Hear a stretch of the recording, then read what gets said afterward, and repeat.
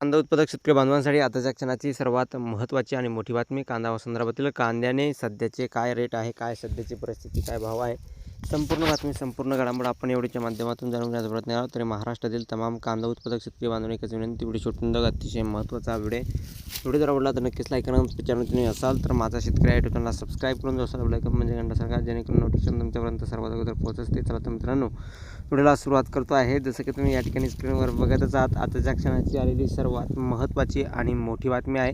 कांद्याने उत्पादकांना रडवले. चाकण येथील बाजारात कांद्याला प्रति किलोला 6 रुपये असा नीचांकी भाव मिळत असल्याने शेतकरी मोठ्या आर्थिक संकटात सापडला आहे. उत्पादन खर्चात वाढ होत असताना बाजारातील भाव अत्यंत कमी असल्यामुळे या ठिकाणी शेतकऱ्यांमध्ये नाराजीचे वातावरण आहे. चाकणखेड तालुका येथील बाजार समितीत कांदा विक्री तसेच निर्यातीसाठी प्रसिद्ध आहे. निर्यातदार कंपन्या, व्यापारी मोठ्या प्रमाणात येऊन कांदा खरेदी करतात, परंतु या ठिकाणी बघितलं तर या निर्यातीत सध्या ठप्प आहे आणि त्यामुळे देशांतर्गत कांद्याची विक्री होत असल्यामुळे भाव गडगडले आहे. कांद्याचे बी, रोप, खते, औषधे, मंजुरी, वाहतूक याचा खर्च मोठ्या प्रमाणात वाढला आहे. मात्र बाजार समितीमध्ये कांद्याला मिळणारा भाव हा उत्पादन खर्चही भरून काढू शकत नाही, अशी स्थिती निर्माण झालेली आहे.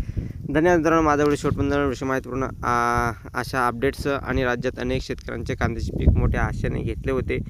चांगले उत्पादन मिळूनही बाजारभाव घसरण्याने त्यांचे आर्थिक गणित कोलमडले आहे.